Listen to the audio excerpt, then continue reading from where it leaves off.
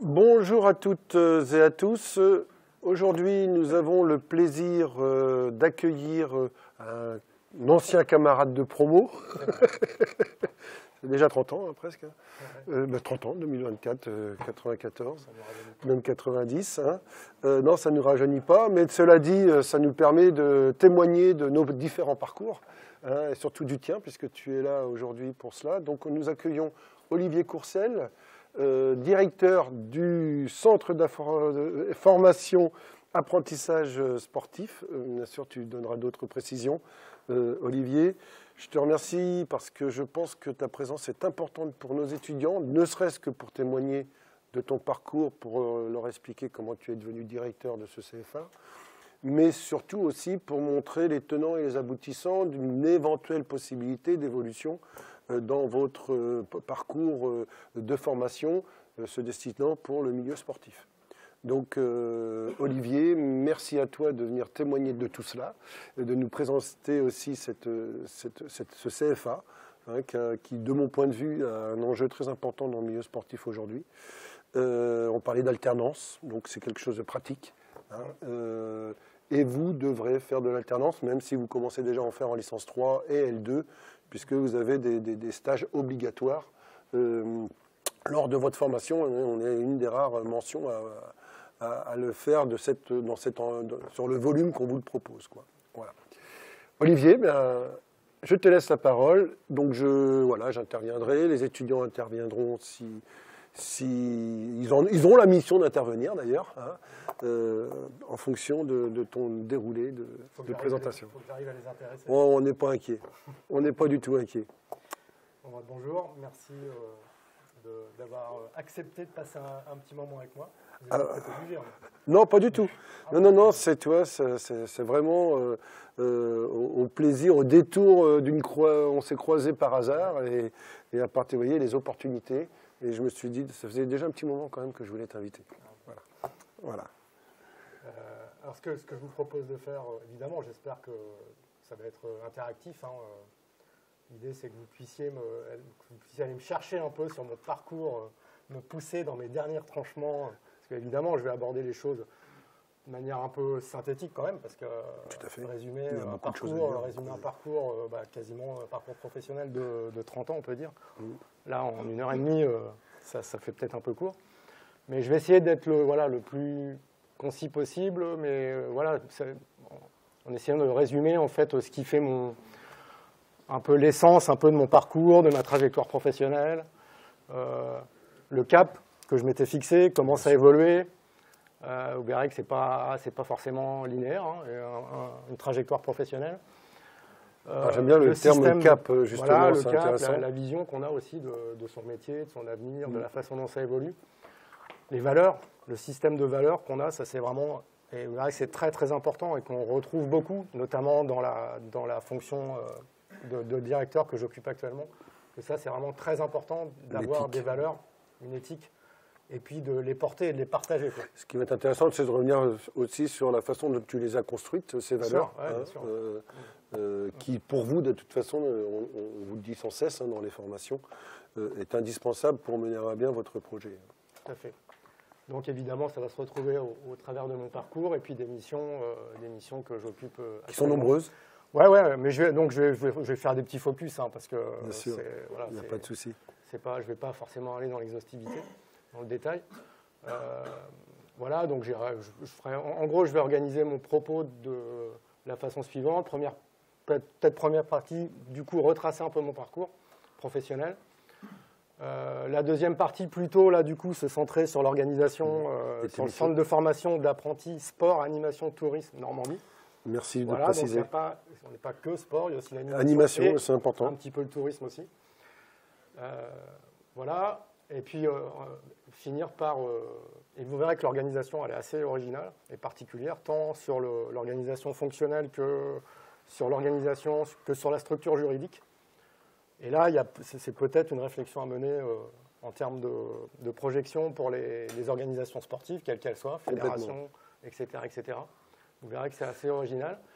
Et puis après, peut-être terminer sur, faire un focus sur 2-3 missions parmi celles que je vais on m'a confiées. Sur ce que tu... On viendra te chercher peut-être aussi sur que, voilà, cette année olympique, l'influence sur le On CFA. sponsorise d'ailleurs une sportive olympique, une boxeuse normande, Amina Zidani. Ah oui, d'accord. Okay. Voilà, avec des chances de médaille, de titre même, olympique. Super. Donc voilà, oui, donc voilà. On soutient cet athlète pour les JO. D'accord. Je vous rappelle, quand vous voulez poser une question, le micro, puisque c'est retransmis en vidéo, vous vous présentez et puis l'activité physique, au moins qu'on puisse vous situer dans votre parcours. Voilà. Donc quand même, petite précaution d'usage, là j'ai affaire à des licences entraînement. Entraînement sportif, voilà. Là, on ne va pas forcément trop parler d'entraînement, puisque la compétence clé, on va dire, c'est peut-être plutôt le management, la formation professionnelle, l'alternance. C'est très bien de le préciser, plutôt là-dessus, en sachant que on a un nouveau master qui va s'ouvrir en entraînement optimisation de la performance en septembre prochain, et des heures pour le management sont réservées aussi dans la formation des futurs entraîneurs. Ça semble mais, évident. Mais de toute façon, tous les intervenants qu'on a eus, conférenciers qui viennent nous voir, nous expliquent toujours leur partie management, enfin, si on peut parler comme ça, en tout cas, gestion de la structure pour pouvoir la développer, justement. Et quand on est entraîneur, on gère des personnes, donc forcément... Voilà. Alors, j'ai fait une slide pour résumer, mais alors voilà, à grands traits. Alors, j'ai appelé ça récit professionnel. Ouais, très bien. Parce que quand on commence une carrière professionnelle, finalement, c'est une histoire qu'on construit au fil du temps et qu'on peut raconter, quoi. Hein, c'est pas simplement qu'un parcours, voilà, c'est aussi, voilà, c'est un vrai récit, c'est une histoire, et l'histoire, elle a des hauts, elle a des bas, il y a des réussites, des échecs, voilà. Il y a un système de valeurs qui se construit, on se forme, voilà, on occupe des missions, on fait peut-être même des fois, et c'est sûr, même différents métiers. Je pense que maintenant, les jeunes générations, comme les vôtres, à mon avis, ce n'est pas 2, 3 métiers qu'on exerce, mais peut-être 5 ou 6. Donc forcément, il va y avoir dans vos carrières de la mobilité, peut-être géographique, de la mobilité dans les métiers, dans les missions. Donc ça, je pense aussi qu'il faut s'y préparer, quoi. Entièrement, c'est-à-dire que nous, les carrières qu'on pouvait envisager il y a 30 ans, qui pouvaient être linéaires, enfin linéaires parce qu'on voit bien qu'elles ne sont pas toujours linéaires, mais surtout si on souhaite se renouveler.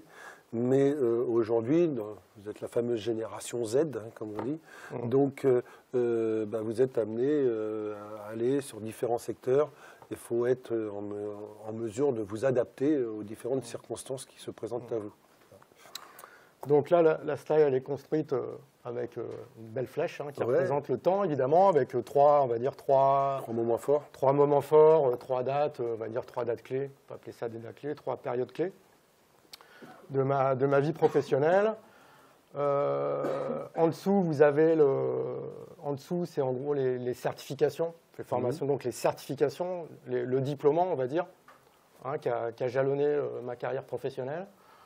Et puis en haut, les 3, on va dire, je ne sais pas comment on peut appeler ça, 3 principes qui font un peu un parcours professionnel et qu'on retrouve en fait dans différentes périodes. En fait, c'est un va-et-vient permanent, quoi. C'est une construction permanente. Et on va retrouver ces 3 éléments là, la construction qui génère des fois pas mal d'incertitudes quand on construit un projet, quand on est sur une nouvelle fonction, on arrive dans un nouveau métier, un nouvel endroit. Il y a toujours une période d'adaptation où on construit son projet. Après, il y a une période où on consolide. Une fois qu'on est un peu dans le truc, on cherche un moment où on est un peu plus stable, quoi. Voilà. Et puis après, il y a toujours un temps de projection. Une fois que c'est stabilisé, on cherche aussi à se projeter, quoi. Et ça, donc c'est pas linéaire en fait, c'est plutôt un cercle. La construction, la consolidation, la projection, ça revient en permanence et c'est un peu comme une amélioration continue, quoi. C'est une synergie, quoi. Voilà, c'est ça. Il y a toujours une phase un peu diagnostique, on prend connaissance. Voilà, on rentre dans le job, dans la mission. Après, une fois qu'on la maîtrise bien, on consolide. Et c'est là, parfois, on peut porter avec plus de certitude certains projets. Et puis, à un moment donné, on a envie d'aller voir un peu plus loin et de se projeter, quoi. Sur d'autres projets, se projeter vers l'avenir, se projeter vers un autre boulot, vers un autre endroit, vers un autre métier, voilà. Donc ça, moi, j'ai senti que dans mon parcours professionnel, bah, c'est revenu en boucle, en fait. Hein. À chaque fois, tac, on construit, on se stabilise et paf, on se projette. Quoi. Et parfois, c'est dans le même métier, dans le même boulot, sur un même poste, qu'on va retrouver ça. Tout à fait. D'ailleurs, on voit déjà que tu as occupé différents postes pendant toutes ces 30 ans. Ça me fait penser un peu à Franck Doudet, qui vous a expliqué l'évolution de sa carrière également, de l'entraîneur en passant par les STAPS et en allant frapper à une porte d'un entraîneur de football au FC Rouen à l'époque. Et puis derrière, tout ce parcours qui l'a amené à être préparateur athlétique des arbitres de haut niveau aujourd'hui. Donc, voilà. Forcément, il y a des similitudes, on va se retrouver. Déjà, le parallèle qu'on peut faire, c'est que... Alors, c'est pas par hasard que j'ai pris Franck, parce que tu l'as côtoyé dans le milieu du football, je pense. Oui, voilà. Bien sûr. Donc, en plus, on est tous les deux profs de sport. Voilà, c'est ça. Donc oui, au départ, on a un parcours STAPS, quoi. Complètement. On est tous, au départ, on est issus de la filière STAPS, comme vous. Sauf qu'à l'époque, donc là, on peut reprendre le fil de la chronologie, c'est que à l'époque, quand on rentrait en STAPS, à l'année 89, là, il n'y avait pas 36 000 voix. Il y avait, en gros, on rentrait en STAPS pour être prof de PS, quoi. D'ailleurs, pour faire le CAPEPS. Exactement. Moi, c'était l'idée que j'avais. STAPS, à l'époque, il s'appelait pas STAPS. Justement, il s'appelait l'UREPS, histoire. C'était l'UREPS. Voilà, c'était l'UREPS. Ouais. Puis, par contre, le Doc STAPS existait déjà. Le Doc STAPS existait déjà. Ouais, tout à fait. C'est ça. Alors, je vais t'interrompre déjà, parce que qu'est-ce qui t'a amené à vouloir rentrer au STAPS? STAPS, parce que tu vois, je suis en amont de 89.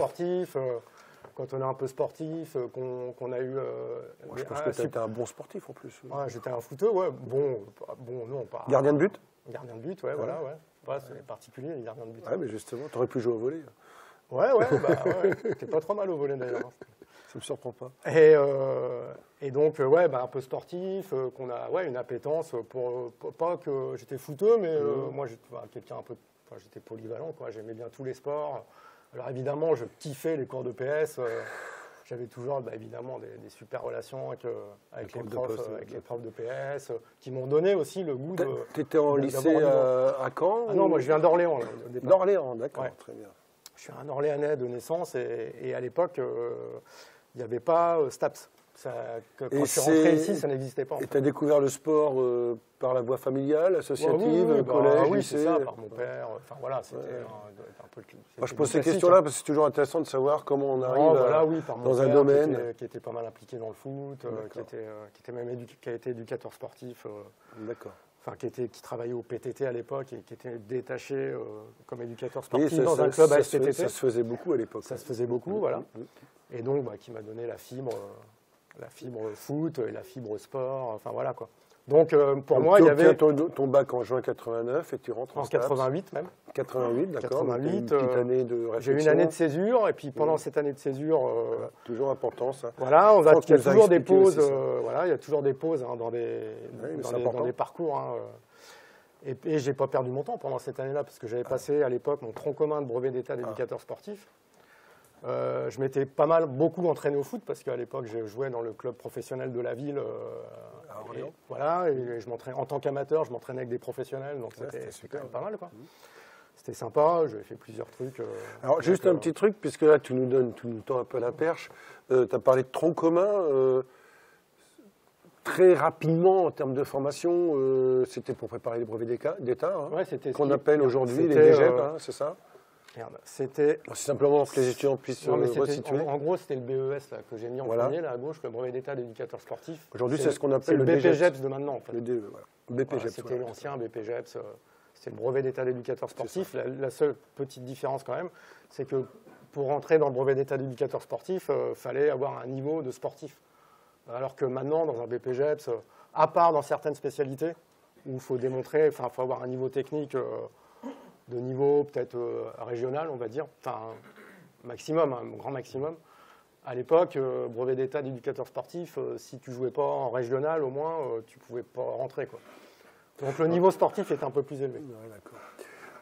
On y retournera, de toute façon, on y reviendra, puisque c'est l'objet aussi du CFA, d'abord du CFA. Donc entrée en STAPS en 89, donc à Caen, avec quand même un coup de bol, parce que, un coup de bol.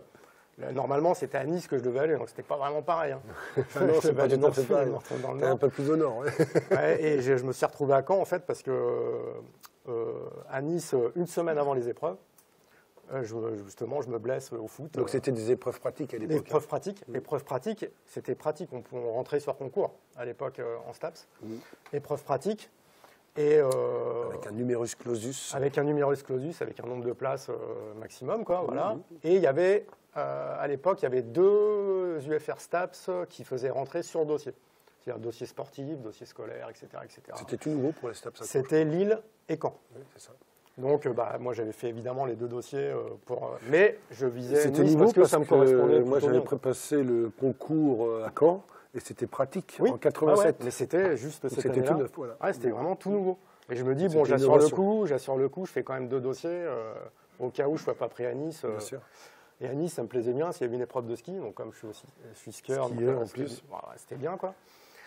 Et puis, je me prépare à fond pour les épreuves de Nice. Je passe mon épreuve de ski à Pâques, machin, nickel. Il me restait 3 épreuves à passer. Vous voyez, déjà, sur 2 mois, quoi. Il fallait qu'on se prépare à l'époque, hein, quand même, pour les épreuves sportives. Hein. Voilà. Et les barèmes c'était quand même. C'était bien relevé, ouais. Et une semaine avant, poum, je fais un match. Tu te blesses. En plus, à 800 bornes de chez moi, en Savoie, là, en plus, en Savoie, au bout d'un quart d'heure, poum, je me fais épaule à l'hôpital, direct. Après, j'ai été immobilisé 3 mois. Et bon, d'accord. Donc, Nice, au revoir. Au revoir. Mais comme quoi. Arrivé à Caen, du coup, pris sur dossier à Caen, et voilà. Et ce qui est extraordinaire, c'est que tu as fait toute ta carrière. Enfin, tu fais toute ta carrière à Caen. Et je suis toujours là. Voilà. Et je suis, Après, je suis resté normand. Rien ne présage. Non, voilà. Tu es devenu et resté. Je suis devenu et resté normand. Mais voilà. Donc, ça, c'était pour la petite anecdote. Donc, après, entrer en STAPS, pour être avec l'intention d'être prof de PS. Hein. Et bien sûr, ça ne s'est pas passé comme prévu. Alors, il faut savoir qu'en STAPS, à l'époque, vous aviez la filière unique, comme tu disais, pour être prof de PS, et puis commencer à se diversifier quelques formations. On avait une maîtrise management à Caen, qui s'était créée depuis 85 ou 84, justement pour donner des alternatives aux étudiants qui ne pouvaient pas, qui ne réussissaient pas le concours. Beaucoup d'étudiants ensuite partaient sur le management. Donc, le diaporama a bien changé depuis. Donc vous voyez, la réflexion, c'était, au départ, je rentre en STAPS, pour être prof de PS, mais en parallèle, j'assure un peu mes arrières en passant le brevet d'État. On a tous fait ça. Voilà, donc nous, on passait un brevet d'État d'éducateur sportif, ce qui nous permettait d'encadrer les gamins, et puis d'être rémunéré aussi, quoi. Hein, donc ça, c'était plutôt intéressant, et toujours avoir... dans votre carrière, il faut toujours essayer d'avoir un plan B, quoi. Tout à fait. Alors, voilà, ce qu'il faut bien le plan B, c'est important. Par rapport à ce que tu dis, Olivier, c'est que vous êtes tous détenteurs, toutes et tous détentrices du DocSTAPS. Et le DocSTAPS, vous le savez, il faut le demander à l'administration, mais vous permet d'être rémunéré dans l'encadrement. Naturellement, les fédérations demandent de la spécialisation en conséquence. Nous, à l'époque, le DocSTAPS devait nous permettre d'être rémunérés aussi, je pense. Mais c'était les fédérations les clubs étaient exigeants sur l'obtention du brevet d'État. Ils préféraient un brevet d'État dans la discipline. Ça attestait d'une professionnalité, quoi. Bah oui. Voilà. Donc toi, tu passes ton brevet d'État. Oui, alors je passe le tronc commun déjà. Et après, on a eu, en deuxième année, je me souviens, on avait une session spéciale STAPS, qui nous permettait de passer la partie spécifique du brevet d'État foot. D'accord. Donc on avait fait une promo STAPS et moi j'avais pu obtenir à 20 ans. Donc c'était déjà une belle opportunité. Ou à 21 ans, mon brevet d'État d'éducateur sportif. Donc toi, par contre, comme tu disais, tu as passé vraiment ton tronc commun. Parce que moi, par exemple, j'ai eu ma licence. Et c'est ma licence qui m'a validé mon tronc commun et j'ai passé mon brevet d'État ensuite. Ouais, voilà. Donc, mais c'est ça l'idée, c'est d'avoir quand même un plan B, quoi, une réchappe. Si vous n'atteignez pas l'objectif numéro 1, c'est que derrière, il faut quand même assurer vos arrières. C'est indispensable. Voilà, donc ça, c'est un premier enseignement un peu de la preuve, c'est que le CAPEPS, je l'ai bien passé, mais je ne l'ai jamais eu en fait. Donc après, il a bien fallu, donc j'avais ça comme plan B, et puis après, évidemment, j'ai obtenu un autre concours, mais... si j'avais pas eu ce concours... Le micro qui est tombé. Mince. Il faudrait le mettre sur le... Attends, vas-y, Cléo. Si j'avais pas eu ce concours, il aurait bien fallu, voilà, derrière que j'assure mes arrières, quoi. Voilà, merci. Et donc, dans ce laps de temps, on va dire, en fait, il y a eu un laps de temps, la première tranche, ouais, c'est une dizaine d'années où voilà, je me suis formé, j'ai étudié, évidemment, hein, comme les collègues. Hein, je me suis frotté au CAPEPS quand même, hein, parce que je l'ai quand même passé 3 fois. J'ai été 3 fois aux euros quand même. En plus. Voilà. Et là, tu te dis, mince, qu'est-ce qui se passe? Je me suis dit, ouais, non, mais c'est mais c'est vraiment intéressant. Ça pousse à la réflexion, parce que la première fois, bon, je me suis un peu tordu, c'est clair, je n'étais pas préparé, j'y suis allé pour voir, on va dire. Voilà, on était quand même pas mal la première année à y aller un peu pour boire. Voilà. Deuxième année, j'avais été obligé d'aller à l'armée. Donc je faisais à l'époque, il y avait encore le service militaire, donc obligé d'aller à l'armée parce que j'arrivais à la limite d'âge en fait. Hein. Et donc je le passe quand même, je le loupe de 3 points je crois, 3 ou 4. Bon, ouais. C'est un concours. Je lui dis bon voilà, c'est un concours, donc il faut être meilleur que les autres. Et là, bah voilà. Et la troisième année, là je me prépare, mais comme un fou quoi. Comme un fou, je passe les écrits. Bon, je savais, on n'a pas les notes, mais je savais que j'avais bien réussi. Quoi. Et aux oraux, un peu pas une sorte de trou noir, mais ouais, enfin une sorte, un truc. Ils ont diagnostiqué un virus au niveau de l'oreille interne. Ah et ouais. Tout ça. Ouais. Donc problème de compréhension peut-être ou... Je sais pas. Et donc poum, trou noir. Donc j'ai dit bon allez, je rentre. Au bout de 2 jours, j'ai dit ouais j'arrête, c'est bon quoi, ils veulent pas de moi. Bah on va faire autre chose. Et là, il a fallu se remettre en question. Ouais, se remettre en question. Ça m'a pas trop atteint en fait. Ça m'a pas trop affecté en fait. Tant mieux. J'aurais pensé, mais en fait, tu avais été Metrox, hein, je vois ça. Oui, donc bah oui, en parallèle, bah, on est Metrox, c'est-à-dire maître auxiliaire, ça veut dire qu'on n'est pas titulaire. Voilà, on est prof remplaçant. Donc c'est des super expériences quoi. D'ailleurs, avec votre licence, vous pourrez, je crois, tout à fait, avec la licence, vous pourrez, si vous souhaitez trouver du travail intermittent. Bah oui. Il me semble que ça soit possible, en tout cas au moins dans le secteur privé, hein,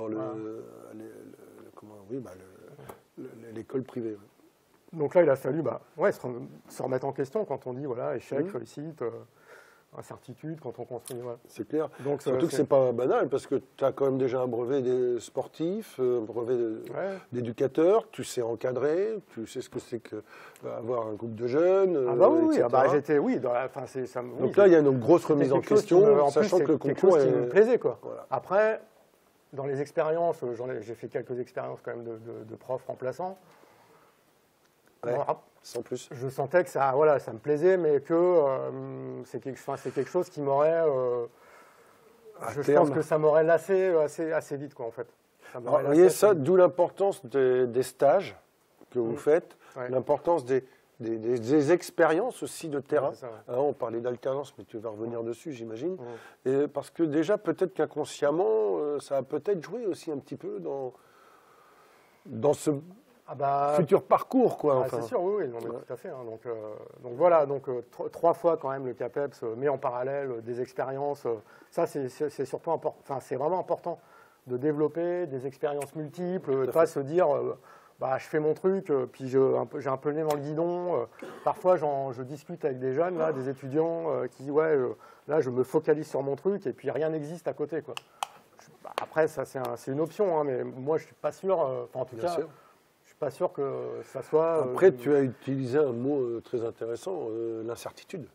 Ah ouais, bien sûr. Se retrouver face à l'incertitude et comment je vais faire face à cette fameuse stratégie. Mais le fait de se dire, coping. On a le fait, il y a un échec à une certification, à un concours en l'occurrence, qui était quand même l'objectif visé à la base. Le fait de... Oui, puis tu as passé quand même 4-5 ans, le fait de se dire, mais en parallèle, j'ai quand même développé des expériences, j'ai un brevet d'État. Je n'ai pas rien non plus, quoi. Je vais pouvoir. Et puis effectivement. Puis tu as une licence.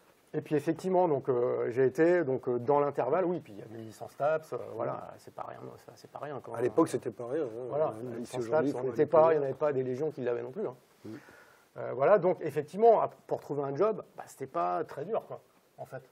Avec en plus un pédigré en sport. Bon, moi, je sais. Tu savais entraîner, en tout cas. Oui, voilà. Et puis, le fait que j'étais pas trop mauvais en foot, il y avait des clubs qui étaient intéressés à la fois pour. Tu joues à Mondeville, hein, je crois. J'ai joué à Mondeville, pendant plusieurs années. J'ai joué une année à Vire aussi. Et donc, ça intéressait aussi les clubs d'avoir un joueur qui n'est pas trop mauvais, avec un brevet d'état d'éducateur sportif et une licence TAPS. Alors, ce qui est vraiment important dans ce que tu dis là, les pratiques dans le club et tout, sur cette période 89-98, c'est, vous voyez, l'incertitude est là, mais Olivier s'est formé, a obtenu des diplômes, mais c'est surtout aussi par le terrain qu'il a pu se construire un nouveau projet, en fait, ou un projet qui peut-être en fait était celui qui était latent depuis quelques années, en fait. Peut-être. Après, voilà, ce qu'il faut retenir aussi de cette étape-là, c'est ça, c'est l'expérience. Et rien ne vaut l'expérience, en fait. On a beau avoir tout un palanquet de diplômes, de certifications. C'est tout l'intérêt de ces conférences. Viennent, effectivement, sanctionner un parcours. Mais l'expérience, sincèrement, vous allez voir, quand vous allez, peut-être certains ont déjà bossé ou occupent des emplois, sont des étudiants, mais c'est quand un employeur, il va regarder un peu le CV, les diplômes, ok, mais l'expérience, c'est ce qui va venir en premier. Hein. Chez un employeur, c'est ce qu'il va regarder en premier. Donc, mais même la plus petite expérience. Hein, je dirais que moi, quand je suis amené à recruter des salariés, même la petite expérience au McDo ou truc comme ça, tu regardes. Ça joue, bien sûr. Parce que entre un jeune, quand je dis 25-26 ans, tu vois son CV, ah oui, il y a des diplômes, ok, mais qui est staffé à côté, à part être à la fac, quoi. Et on regarde aussi s'il y a des petits trucs, des petites expériences qui montrent que le jeune, il se bouge un peu, il est dynamique, il a déjà des compétences, mine de rien, qu'il a acquises via ces petites expériences. Et ça, c'est important pour nous, quoi. On appelle les compétences expérientielles, hein, donc, oui, voilà, de terrain. Ça, c'est vraiment très, très important. Il faut vraiment que vous reteniez. Alors, qu'est-ce qui t'amène vers le professorat de sport, du coup? En fait, parmi les expériences que j'ai... Vous voyez tous ce que c'est que le professorat de sport. Peut-être vous expliquer. C'est également un concours. Ouais, alors c'est un concours.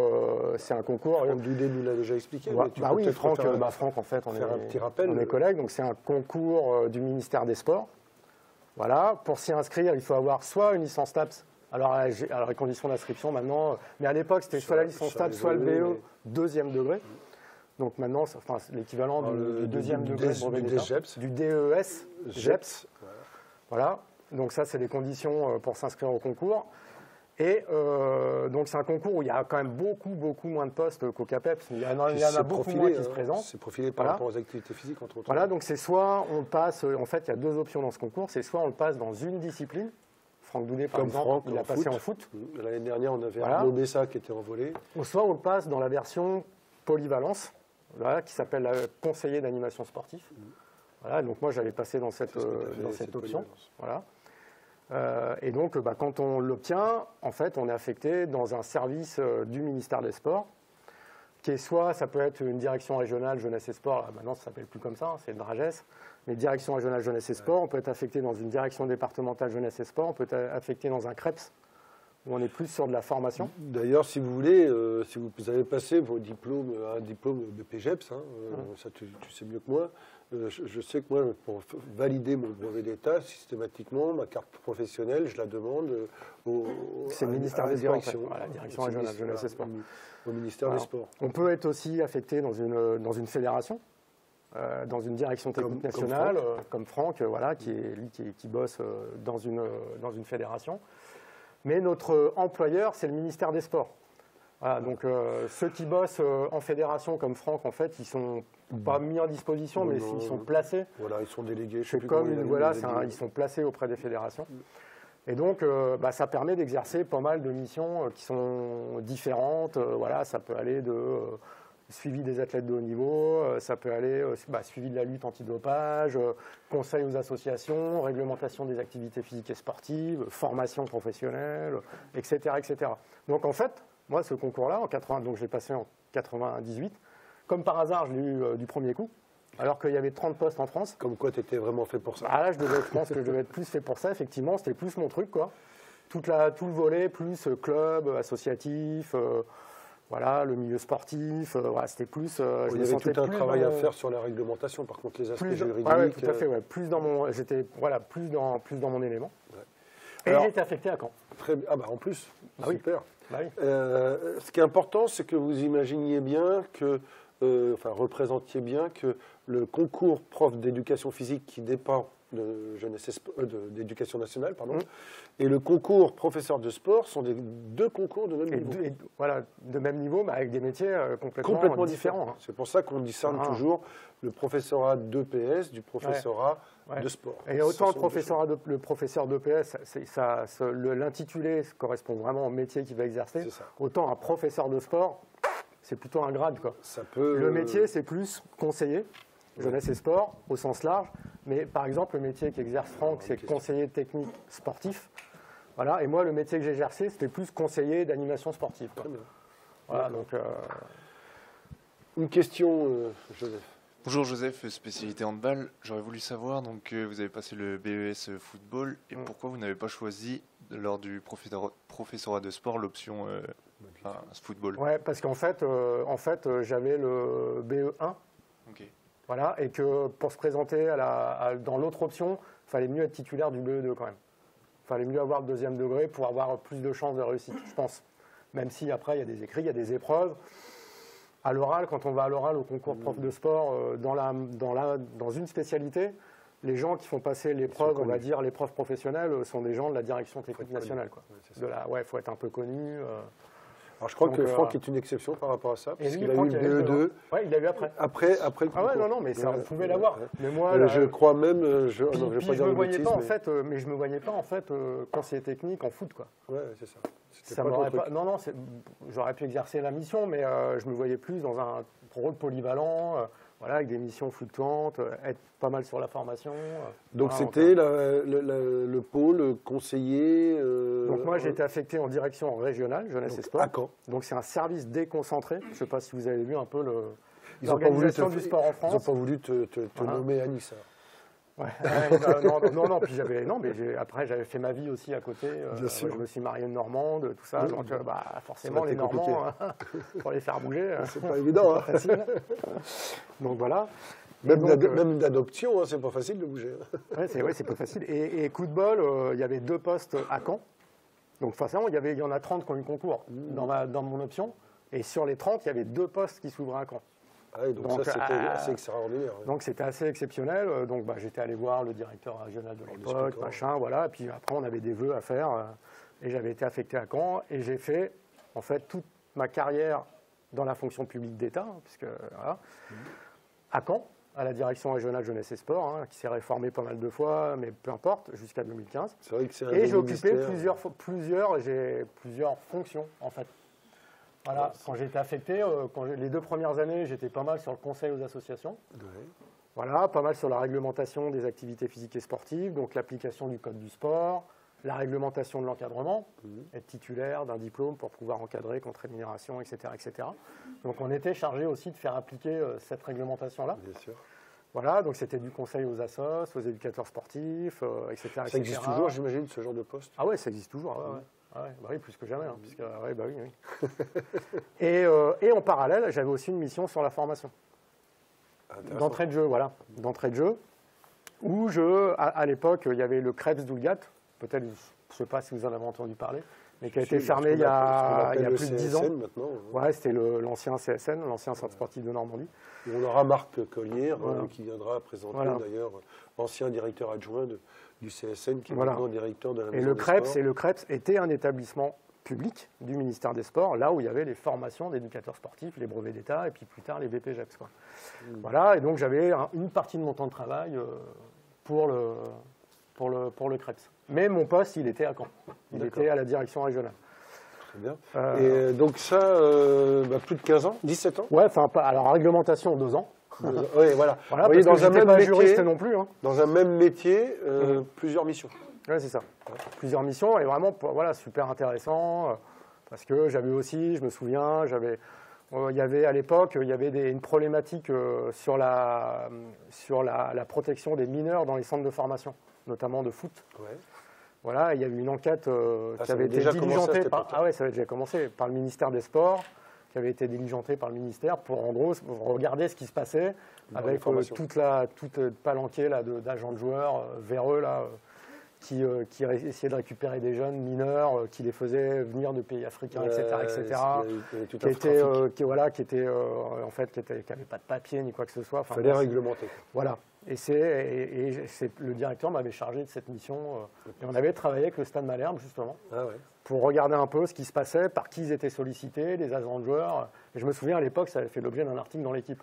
Ah, en plus. Le travail qu'on avait fait ensemble. Quoi. Donc, c'était intéressant. Et c'est toujours, enfin, Ouais. ça c'est beaucoup légiféré depuis, Ah bah oui, très bien organisé, Ouais. mais c'est clair que je pense que ça pourrait être encore un sujet d'actualité avec les questions de migration, etc. Ça peut toujours. Donc ça, c'était les 2 premières années. En gros, c'était de 98 à 2000. Et après, à partir de 2000, je suis passé à temps plein sur la formation. Alors pas en tant qu'intervenant, quoi.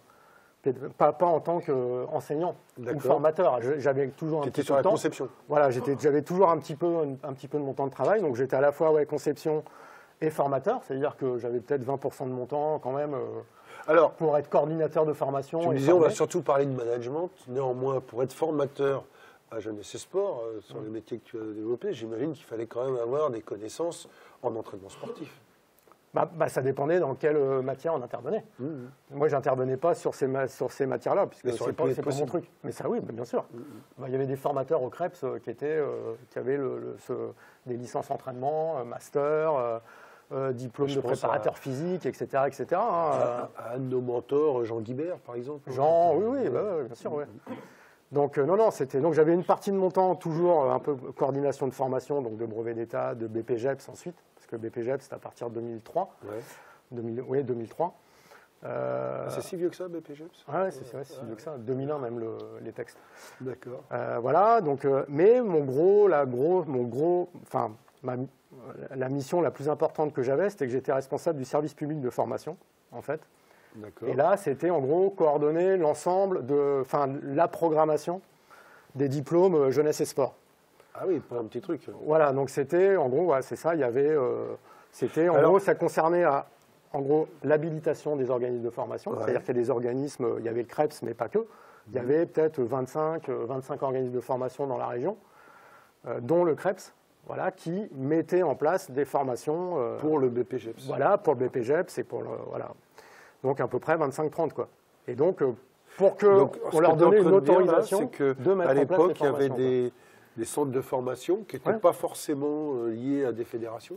Non, Ça pouvait être des structures privées, Complètement. associatives. complètement. Et toi, ton boulot, c'était de les accréditer, en fait. Voilà, c'était de coordonner en fait la programmation des formations, c'est-à-dire de les accréditer, de les habiliter et d'organiser un peu notre équipe pour que on puisse aussi suivre après ces organismes de formation-là, qualitativement parlant, j'entends. Voilà, suivre la certification, c'est-à-dire l'organisation des jurys, Bien sûr. des diplômes. Voilà, donc c'était globalement, Pour que c'est une c'était valeur au niveau du ministère, quoi. Ah bah oui, parce que le diplôme, au bout du compte, il est délivré par la direction régionale, par On est bien d'accord. voilà, Jeunesse et Sport. Mais c'est vrai que moi, quand j'ai passé mes brevets d'État, c'était la fédération qui me... Alors, je m'inscrivais auprès de la Jeunesse et Sport, mais c'était le brevet... ça se passait au CREPS de Montpellier, déjà, à l'époque. Et ça se passait en relation avec des entraîneurs nationaux, internationaux. Mais même le CREPS est agréé par la direction régionale. C'est ça. Voilà. Donc quand il y a eu le BPGEPS, on a le système d'accréditation est devenu un peu plus rigoureux et avec un cahier des charges un peu plus costaud, quoi. Où là, on allait vraiment, on vérifiait vraiment que l'ingénierie de la formation correspondait vraiment au référentiel du diplôme et des attendus du diplôme. À la fois le référentiel de métier, le référentiel de compétences, puisqu'on est passé en certification de compétences, en unité capitalisable, Ce qui est vrai partout maintenant. Donc l'habilitation, le process d'habilitation est devenu un peu plus exigeant que pour les brevets d'État. Alors qu'est-ce qui a fait que tu passais de mission en mission, enfin plutôt juridique au départ et ensuite en formation? Après, c'est des questions d'opportunité. C'est des choses qu'on te proposait ou on te disait non? C'est ça, bien sûr. Après, c'est des postes, un peu des missions qui se libèrent. Les collègues, il y a toujours un peu de turnover, des opportunités, une appétence aussi.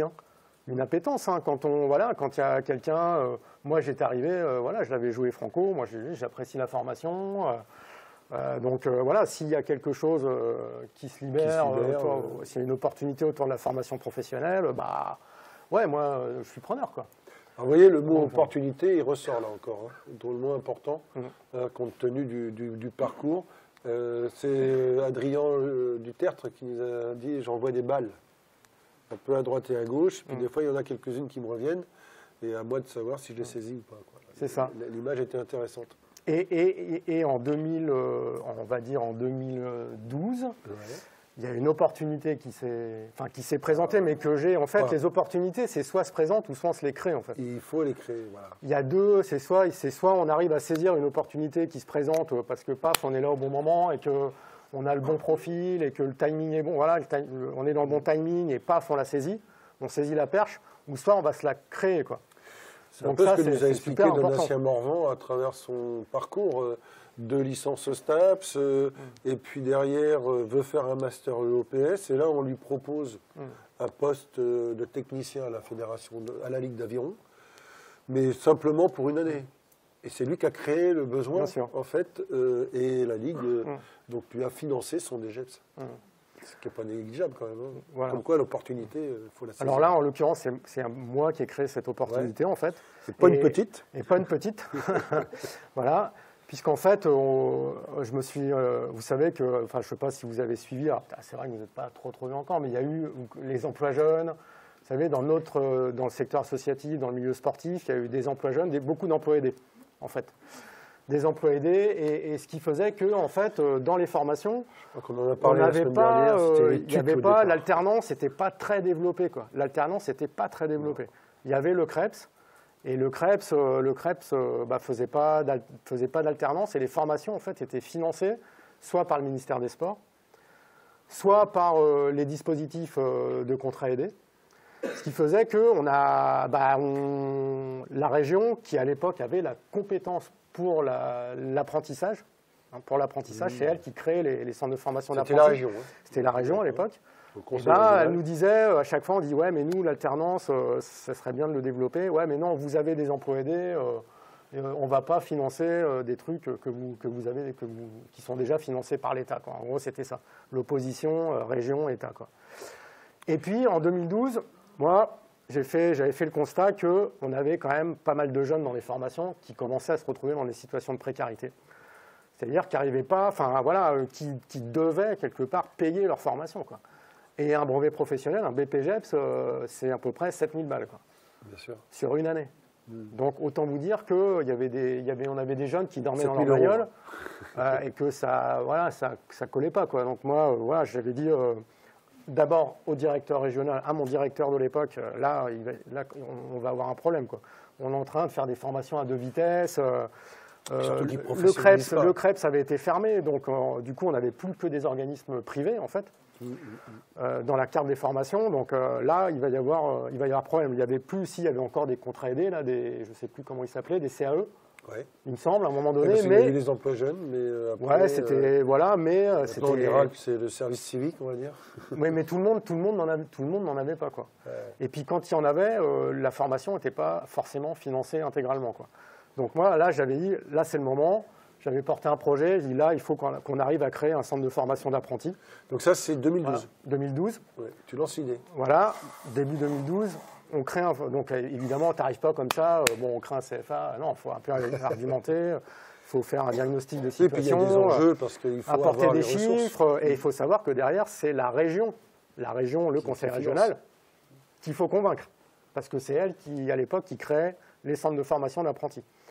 Il y en avait un peu partout dans les autres régions. On était guère plus à l'époque que 3-4 régions à ne pas avoir de CFA. Donc là, tu parles dans le domaine du sport. Dans le domaine du sport. On est bien d'accord. Sport, animation, quoi, on va dire.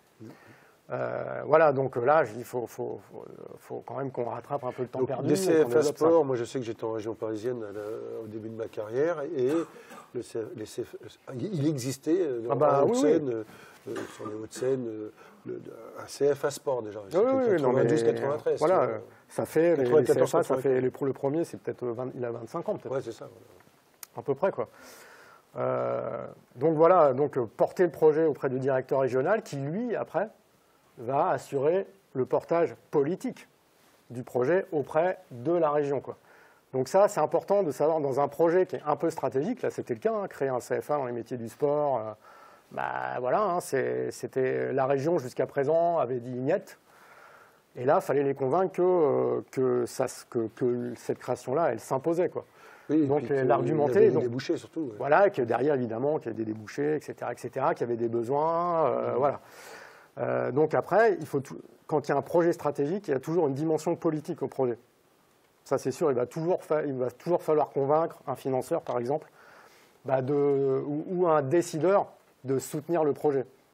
Si la région, la Normandie, dit non, enfin c'était la basse Normandie à l'époque, la fusion n'avait pas encore eu lieu. Ouais, c'est intéressant. Si la région disait non, fini. C'est plus la peine d'espérer que le. Donc il y a un portage, c'est le portage politique du projet, c'est-à-dire que là, il fallait que mon directeur régional arrive à convaincre la région, donc le vice-président de région, l'élu, hein, qui est chargé de la formation, de dire voilà, là il faut créer un apprenti, donc il a fallu faire, après c'est des notes d'opportunités. C'est la même problématique projets, que vous avez etc. Dans les associations sportives. Hein. Vous êtes technicien, on vous embauche des fois sans fiche de poste. On dit de tout faire, mais en fait les élus, ils ont quand même la responsabilité de vous donner la dimension politique de votre projet, de votre intervention. C'est un petit peu la même chose. C'est ça. Donc là, comment tu as fait pour convaincre tous ces gens-là? Voilà, les arguments. J'ai fait. Il y a des trucs qui marchent. Enfin, il y a un truc qui marche généralement plutôt bien, c'est ce qu'on est en train de faire là, c'est le retour d'expérience. C'est-à-dire qu'à partir du moment où moi je savais qu'il y avait déjà les CFA qui s'étaient créés dans les autres régions, dans la plupart des régions, l'idée c'était d'aller voir déjà avant, voir ce qui s'y passe, comment c'est construit, voilà, sur quel levier on peut jouer pour convaincre les élus de la région. Donc d'aller voir sur place comment ça se passe, et puis d'organiser finalement un retour d'expérience, chez nous en Normandie, des choses qui fonctionnent, quoi. Bien sûr. Et que les élus, et que les personnes, les décideurs, on va dire, de la région soient présents, quoi. Comme pour un projet d'entraînement, on fait l'état des lieux, on regarde les forces, les ressources et les contraintes en présence. Voilà, c'est ça. Et puis à partir de là... Mes retours d'expérience, de ce qui fonctionne, des bonnes pratiques. Voilà. Donc là, j'avais trié, je savais à qui j'allais m'adresser. Donc j'avais fait venir le directeur du CFA de Rhône-Alpes, par animation, voilà. Et qui avait fait son retour d'expérience, présenté un peu son organisation, et comme nous, on allait, vous verrez comment on organisait, qu'on allait pas dupliquer, mais se calquer un peu sur cette organisation-là. Et puis quand ça marche quelque part... Voilà, et donc, puis aussi quelqu'un qui soit capable d'argumenter pour nous, voilà, et qui a un regard extérieur, et qui permette de dire, ça marche dans une autre région, donc il n'y a pas de raison que ça ne marche pas chez nous, quoi. Donc ça, c'est important. Retour, les arguments que toi, tu as en interne, qui concernent en gros la région, ton environnement, et puis pas hésiter à ce qu'il y ait un regard extérieur, quoi, qui vienne alimenter la réflexion et la décision. C'est la genèse du projet, que tu identifies un problème, c'est-à-dire que les jeunes sont en formation, mais la professionnalisation derrière n'est pas forcément évidente parce qu'il n'y a pas de formation en alternance. Et puis oui, c'est ça. Puis des jeunes précaires, quoi. Bien là, il faut trouver les arguments qui touchent, quoi. Quand on dit une région, elle dit il y a des jeunes, sincèrement, qui sont en précarité pendant la formation. Là, c'est dans le moins intéressant. Moi, je reviens vers ta première slide sur tes valeurs. J'imagine que la question de la précarité, c'est quelque chose qui t'a toujours mené dans la façon de mener ton travail. Pas la précarité, mais au moins l'accès, je veux dire, qu'il n'y ait pas d'inégalité dans l'accès aux formations, quoi. Et que tout le monde, tout un chacun a droit à se former, quoi. Bien sûr. Et qu'à un moment donné, c'est quand même dur de dire à quelqu'un, sous prétexte qu'il n'a pas les moyens de financer une formation, qu'il ne pourra pas rentrer, quoi. Bien sûr. Et là, c'est pas acceptable, quoi. Donc avec l'alternance et donc l'apprentissage, parce que c'est ce que je connais le mieux, qui s'adresse aux jeunes, là, du coup, il y a une garantie d'accès à la formation, alors pour peu qu'il y ait quand même un employeur, parce que l'alternance, c'est quand même ça. Il faut qu'il y ait un employeur. Donc, il y a beaucoup d'avantages, quoi.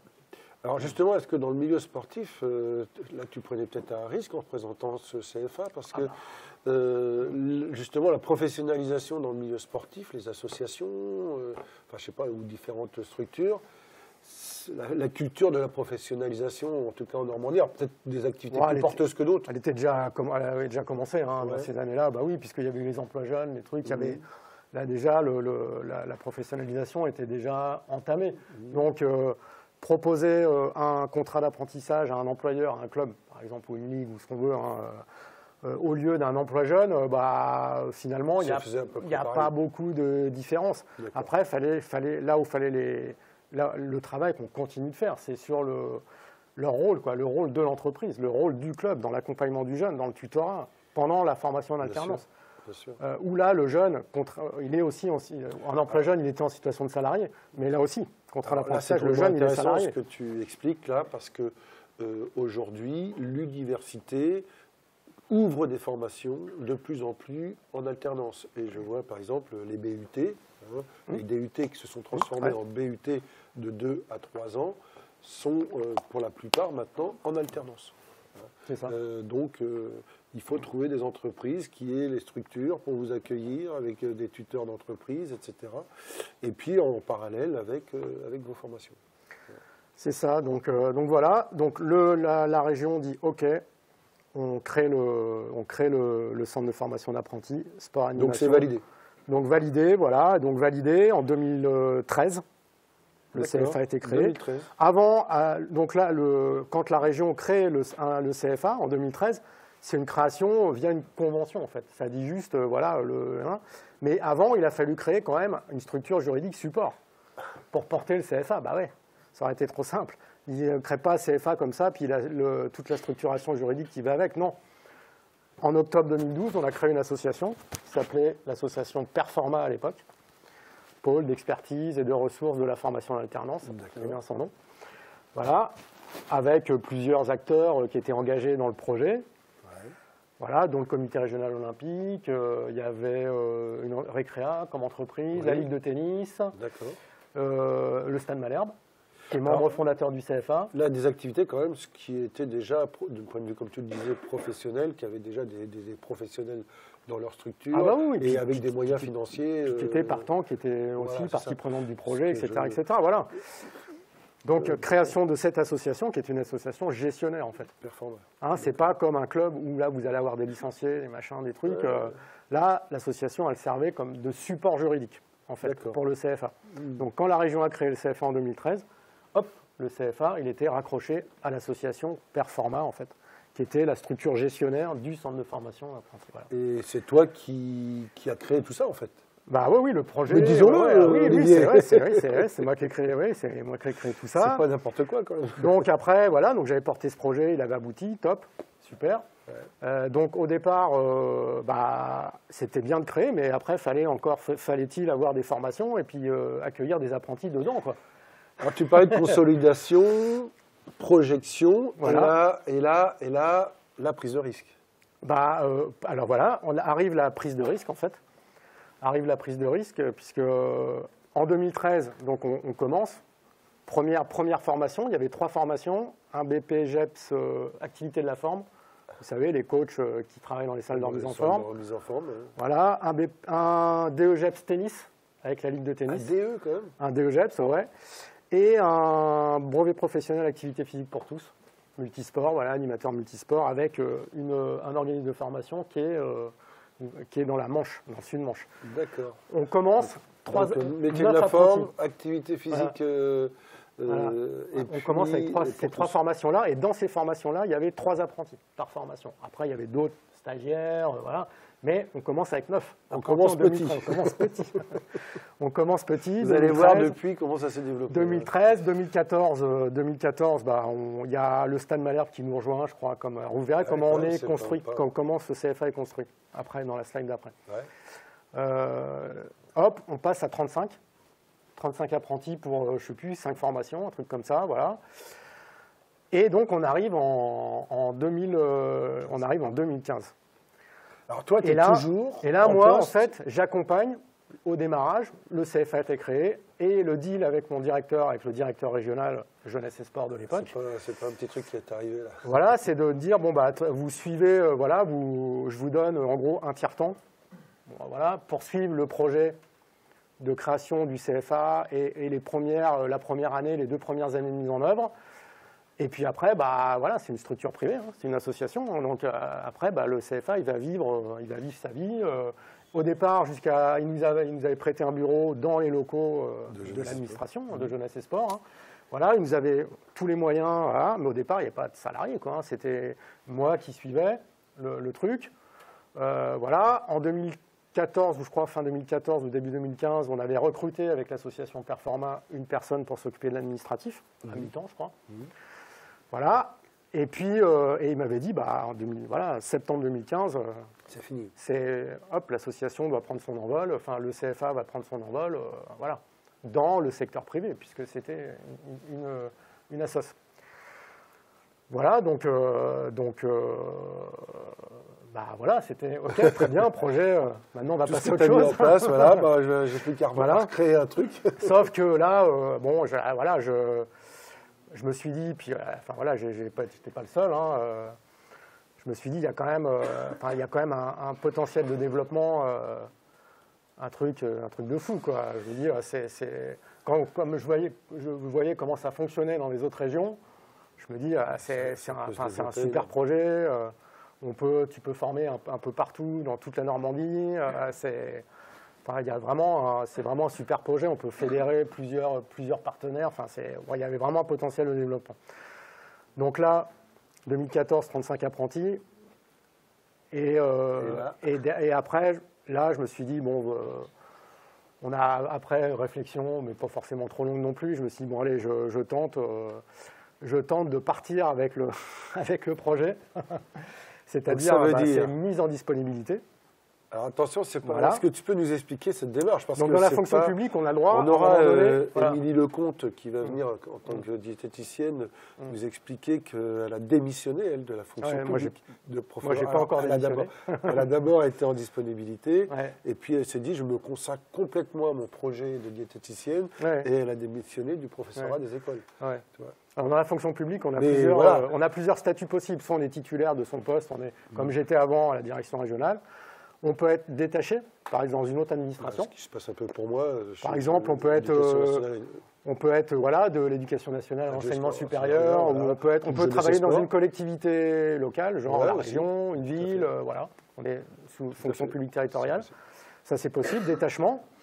On peut se mettre en disponibilité. C'est-à-dire que tu es toujours... C'est-à-dire que je suis toujours dans les effectifs. Voilà. Donc... Par contre, quand je me mets en disponibilité, je perds mon poste. Et tu perds ton salaire. Et je perds mon avancement.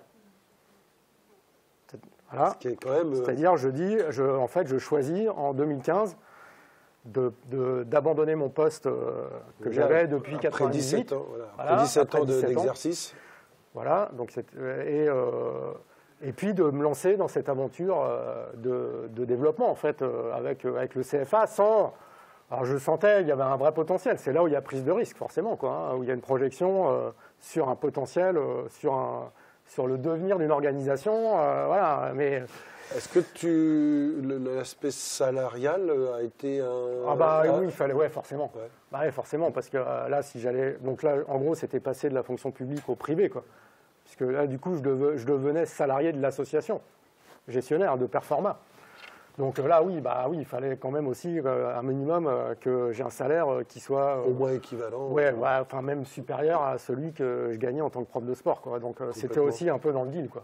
Sinon, enfin voilà, c'est... Et Performa, il y avait un bureau, j'imagine. Oui, il y avait un conseil d'administration, le président, c'était le président de la Ligue de tennis de l'époque. Ah, d'accord. Voilà. Et voilà, donc ça s'accompagnait aussi d'une négociation. Donc toi, tu devenais le professionnel de l'association. Voilà, on avait déjà recruté une salariée, une administrative. Statut que vous aurez certainement dans vos futurs métiers. Et moi, je devenais donc salarié du privé, du coup, de Performa. Ouais. C'est pas une petite bascule quand même. Hein, non, et sachant qu'on a le droit à 10 ans. Donc là, en gros, je suis en disponibilité jusqu'à 2025. Donc jusqu'à l'année prochaine. Donc là, j'ai renouvelé ma disponibilité. Et l'année prochaine, je devrais choisir entre réintégrer la fonction publique d'État ou On verra ça dans les continuer, perspectives voilà. après. Ouais, mais D'accord, bon, à la fin. Oui. Donc voilà, donc parti. Après, effectivement, le développement, il s'est fait un peu comme je l'avais imaginé. C'est-à-dire qu'on est passé Une nouvelle aventure, le CFA. on est passé en 2015, il y avait une centaine d'apprentis. Voilà, jusqu'à maintenant se stabiliser. On a fait un pic à 400. Alors, vous avez commencé à 9, Ouais, 9, ouais. 9 Ouais. formés Ouais. en 2012, 13, 14, 2013, 2013. semble, ouais. Ensuite 100, et là vous êtes à combien? 35, 100. On a fait un pic à 400 il y a 2 ans, je crois. Là, on est à 300. Mais on va remonter un peu en Ouais, septembre. bien sûr. Donc, mais 300, c'est bien. Et la structure, là, Alors. maintenant, concerne toute la Normandie, j'imagine. Bah, je vais vous montrer Voilà. comment c'est organisé. J'anticipe, Donc là, maintenant, excuse-moi. voilà, donc depuis 2015, j'occupe donc ce poste de Donc, directeur. ça va faire la presque 10 ans. Voilà, c'est ça.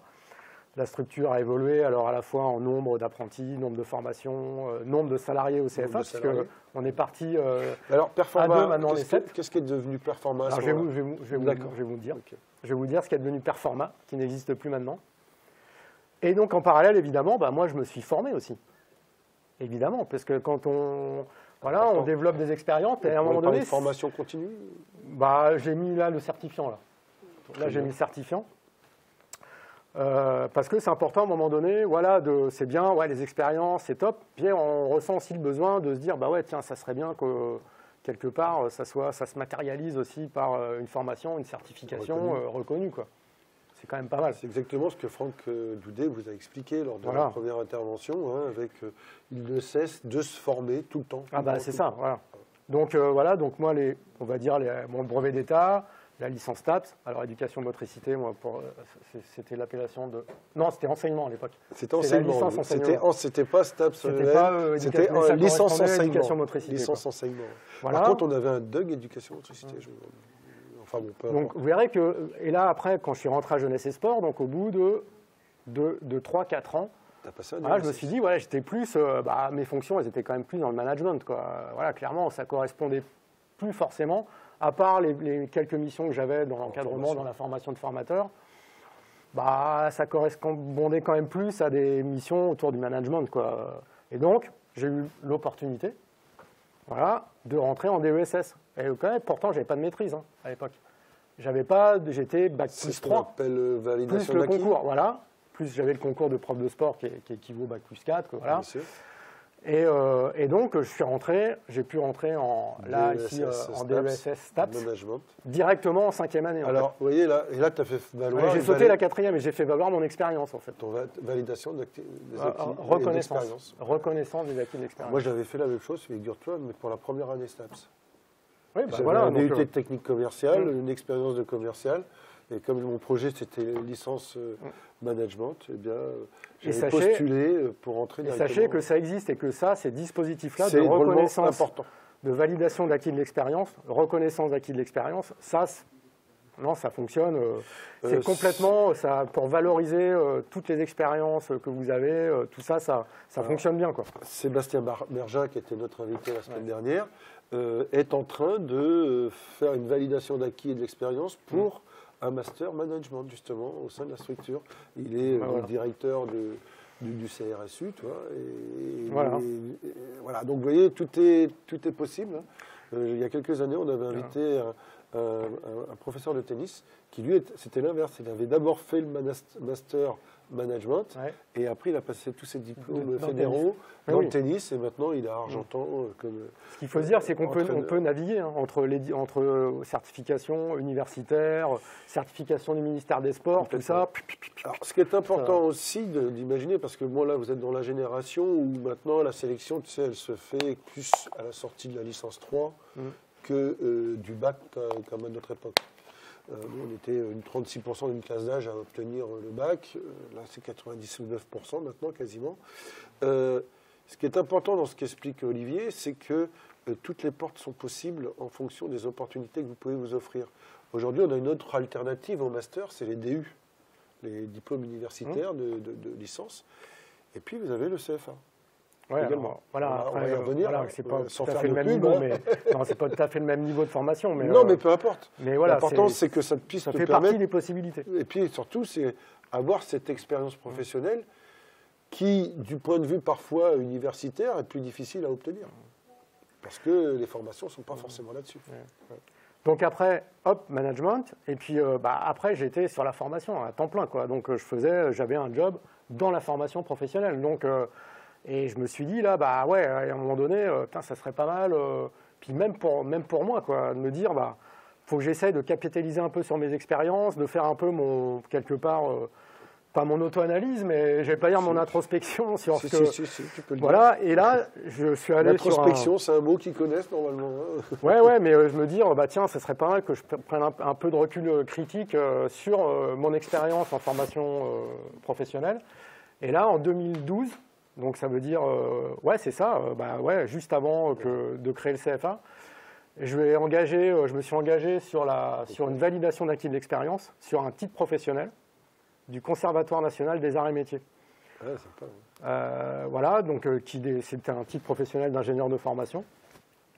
Donc là, qui brasse niveau bac plus 4 ou 5, qui brasse assez largement. Ouais, c'est ça, voilà. Mais le CNAM, c'est une institution qui est quand même renommée, quoi. Hein, et ça tombait très bien parce qu'à Caen, donc ils ont des délégations dans les différentes régions, et à Caen, il y avait justement cette expertise dans la formation professionnelle. Voilà, et donc j'avais un accompagnateur du CNAM pour m'aider à construire mon dossier. Mon dossier, c'est comme un dossier professionnel en fait qu'on présente à un jury de validation d'acquis. Et il y a plusieurs modules à valider. Donc moi, j'avais fait une demande complète sur le titre, voilà, que j'ai validé. Ouais, j'ai dû valider en 2012. Ouais, c'est ça, 2012-2013. Ouais, donc tu étais paré aussi à pouvoir te mettre en disponibilité, parce que aussi de l'autre côté, comme tu dis, et c'est drôlement intéressant, c'est le côté certification. Qui t'assoit aussi à un moment donné, oui, quand tu bosses dans un secteur professionnel, c'est quand même pas mal aussi d'avoir une certification en lien avec ce secteur professionnel, quoi. Donc c'est quand même important. Et il y avait un autre truc, c'est qu'à l'époque, c'est plus le cas maintenant, c'est que pour être directeur de CFA, à l'époque, je dis encore, il n'y a pas si longtemps que ça, hein, mais jusqu'en 2018, il fallait être bac plus 5, en fait. D'accord. Ou avoir tant d'années d'expérience dans l'enseignement. Enfin voilà, il y avait plusieurs. Oui, il y a des équivalences. Et donc je me dis, si j'avais pas passé le master, t'aurais pas pu le devenir. Eh ça m'aurait coincé, quoi. Donc ça aurait été un peu dommage, quoi. Alors là, c'est vraiment intéressant ce que tu dis, parce que ça veut dire que il faut pas hésiter à passer des diplômes dans vos disciplines. Hein. Là, nous, joueurs en volley, on a essayé de mettre en place des conventions avec la Fédération française de volley. Je vois Erin, c'est pour ça que j'y pense. Mais ça, c'est drôlement important de pouvoir aller chercher les ressources ailleurs que dans votre formation, qui est l'université. Hein. Ouais. Ça, c'est important. Parce que ça vous construit votre curriculum, justement. Donc voilà, titre professionnel. Et j'imagine que ça a dû être un sacré investissement. Ah bah oui, c'était du boulot en plus, plus de mon boulot. C'est du boulot en plus de mon boulot. Bah oui, mais bon, après... L'intérêt d'une VAE, c'est qu'on peut la faire, je l'ai faite sur 1 an et demi. Hein. Oui, c'est ça. Donc voilà, je me suis donné le temps. Il y a des fois, j'étais inspiré. La VAE, c'est en gros ce qu'on est en train de faire là, quoi. C'est un récit, on raconte un peu son expérience avec une dose d'analyse en plus. Bien sûr. En fait. Prise de recul. Voilà, prise de recul, critique, analyse sur sa mission, sur ses activités professionnelles, avec un niveau de détail assez important, pour que le jury puisse évaluer si tu as la compétence ou pas dans le diplôme que tu cherches à valider, quoi. Ouais. Et ensuite, donc, comme directeur de CFA, pareil, au bout de 4-5 ans, là, je me suis dit, bon, ok, ça serait pas mal de certifier ses compétences un peu en management d'équipe, parce que là, j'ai quand même une petite équipe. Voilà.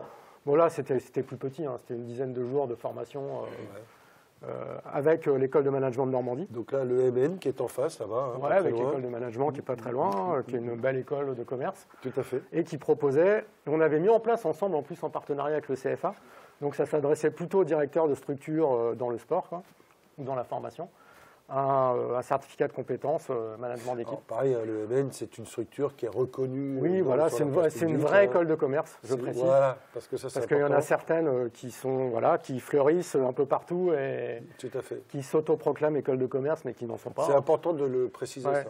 Alors pour votre, il y a 2 écoles de commerce en Normandie. Il y a l'école de management de Normandie et Néoma à Rouen. C'est tout. Le reste... On parlait un petit peu de préparation mentale tout à l'heure. Hein. Aujourd'hui, on voit de tout. Il n'y a pas de législation vraiment assise sur, sur ces préparations. Je parle de ça parce que justement, on a des étudiants qui peuvent vouloir s'orienter vers ce domaine. Actuellement, comme vous le disiez Adrien, le mieux c'est peut-être justement des formations universitaires dans ce genre de domaine hein, et se méfier de certaines formations qui peuvent être présentées dans le privé. Ouais, alors c'est un peu là, ça introduit peut-être la présentation que je vais vous faire du CFA, que le CFA est un organisme de formation parmi d'autres, voilà, dans son secteur d'activité, donc plutôt le sport, l'animation, un tout petit peu de tourisme, on essaye de se lancer, voilà, et puis bientôt le e-sport aussi. Julien, tu vas t'intéresser. Et donc c'est un organisme de formation là-bas, tu vois. privé, ouais, Ouais, là-bas, juste à droite. C'est bon à savoir. Et c'est Julien qui l'a mise en place. D'accord, ah bah oui. Okay. Mais peut-être que oui, ok. Ouais. Et voilà, et donc on est un organisme de formation privé qui est intégré dans une concurrence d'organismes de formation qui est assez vaste et de plus en plus importante depuis 2018 en fait. En 2018, il y a eu une grosse réforme de la formation professionnelle. D'accord. Voilà, et de l'apprentissage. Avant 2018, je vous ai expliqué que les CFA étaient créés par les régions. Donc, en fait, on était, nous, en situation de monopole. C'est-à-dire qu'il n'y avait que notre CFA, alors en Basse-Normandie, hein, qui pouvait mettre en place des formations en apprentissage, avant 2018. S'il y avait un apprenti, il était forcément chez nous. D'accord. À partir de 2018, paf, libéralisation du marché de la formation. C'est-à-dire que là, les régions ont perdu la compétence apprentissage. Ah oui. Et tout ça fait que maintenant, en fait, tous les organismes de formation peuvent ouvrir leur CFA avec quelques conditions. Hein. Je vais peut-être dire une bêtise, c'est en lien avec la taxe d'apprentissage qui, à un moment donné... Oui, la taxe d'apprentissage était un paramètre de financement. Ouais, c'est ça, voilà. Qui a disparu, je crois. Qui existe toujours, mais qui n'est plus une modalité de financement des contrats d'apprentissage. Donc avant, CFA, monopole. Après 2018, plus de monopole. Donc tous les organismes de formation, les 25-30 dont je vous parlais avant, maintenant, ils font de l'apprentissage. Donc, on est dans un environnement complètement concurrentiel, avec tout ce que ça suppose, évidemment. Voilà, on est en compétition entre plusieurs organismes, donc ça se tire un peu la bourre, il faut dire ce qui est. Hein, donc, il faut être meilleur faut être meilleur que les autres, il faut se démarquer par son offre de formation, par sa capacité à être attractif, par sa façon de communiquer, au travers des réseaux sociaux, par exemple. Enfin, voilà, quoi. Donc, du coup, on est une entreprise dans un champ concurrentiel, en fait. Voilà. Donc, il y a beaucoup d'entreprises qui, aujourd'hui, proposent des formations style BGEPS. Dans la région, 30. Ah ouais. Ouais, à peu près, ouais. Ah, je découvre quelque chose. Je pensais que tu étais le seul, moi. Alors, ce qu'il faut, il y en a peut-être une trentaine, hein, mais nous, dans les 30, vous allez voir qu'on en fédère déjà quasiment une dizaine. Ah, donc il y en a 10 en fait qui travaillent pour nous sur les 30. Donc on est en concurrence, on va dire, qu'avec les 20 autres. Ouais. Enfin, ce qui est déjà pas mal. Ce qui est déjà pas mal. Alors, en quelques mots, le CFA, Sport Animation Tourisme Normandie, donc je vous mets un organe. Alors là déjà, nous, on se démarque, on n'est pas comme les autres. C'est-à-dire que... déjà votre histoire. Voilà, déjà par notre histoire.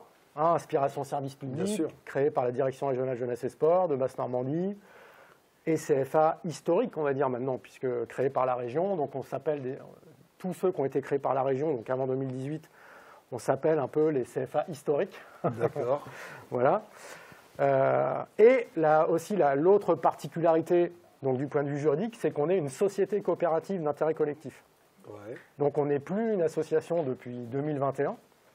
Donc ça, c'est une des conséquences un peu aussi de la réforme, parce que là encore, moi je me suis dit, association, c'est bien gentil, donc on avait un conseil d'administration avec une 15-16 personnes, tu avais sincèrement des organisations qui étaient là sans lettres, peut-être vous connaissez ça, qui sont là, qui occupent un siège, mais qui n'apportent rien à l'organisation, et moi je me suis dit, là, on est clairement dans un secteur économique qui est important, qui est concurrentiel.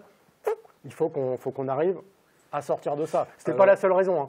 Mais... Excuse-moi, je vais peut-être dire une bêtise, je ne suis pas spécialiste, mais association, ça veut dire aussi c'était association à but non lucratif. Tout à fait, ouais, bien sûr. Alors que là, en passant entreprise... Ça, à la limite, une association, on peut faire des bénéfices. Hein. Oui, c'est vrai. C'était pas pour ça. Hein. C'était pas le... Il y avait cette raison-là, et puis il y avait que... il fallait, donc, comme on est une organisation qui fédère beaucoup des partenaires, moi je m'étais dit, ça serait bien que ces partenaires-là, on les associe carrément à la gouvernance de la structure. Et puis aussi qu'on implique les salariés dans les prises de décision. Tous les salariés. Donc du coup, vous verrez en quoi ça consiste la société. Donc on a transformé en fait l'association en société coopérative. Pour ça, il a fallu créer une société commerciale, une SAS. Ouais. Voilà. Et on a adossé la société coopérative dessus. Donc, une autre particularité du CFA... Tout un parcours juridique, du coup. Ouais, après, on s'est fait accompagner aussi, par des spécialistes. Après, la particularité de notre CFA, c'est qu'on est décentralisé sur plusieurs sites. C'est-à-dire que le CFA, il n'a pas de mur, en fait. Alors si, on a des locaux administratifs qui sont à Louvigny, pas très loin d'ici. Voilà, mais les apprentis ne sont pas à Louvigny. Ils sont partout dans la région. C'est-à-dire qu'en fait, on conventionne avec d'autres organismes de formation qui bossent pour nous, pour le CFA en fait, et qui accueillent, à qui on délègue en fait les formations par apprentissage. C'est-à-dire que c'est ça, il y a une convention de délégation du CFA vers d'autres organismes de formation. Et ces autres organismes de formation, ça peut être des ligues. On bosse avec la Ligue de voile, on bosse avec la Ligue de basket, par exemple. Voilà, on bosse avec des organismes de formation qui ne font pas, ça ne fait pas que de la formation, une ligue. Hein. Ouais, voilà, on bosse avec le Stade Malherbe-Caen, l'association, qui est un de nos partenaires. Voilà. Et donc, des partenaires comme ça, là, on en a 14 en fait. Ah oui. Dont 11 en Normandie et 3 en dehors de Normandie. Parce qu'en fait, on peut, avec notre système, hors mur, décentralisé, on peut former même en dehors de la Normandie si on a des opportunités pour le faire. D'accord, ok. Alors imaginons, je suis footballeur à Orléans, il y a un organisme qui dépend de la structure CFA normande. Je peux faire ma formation dans cette structure-là.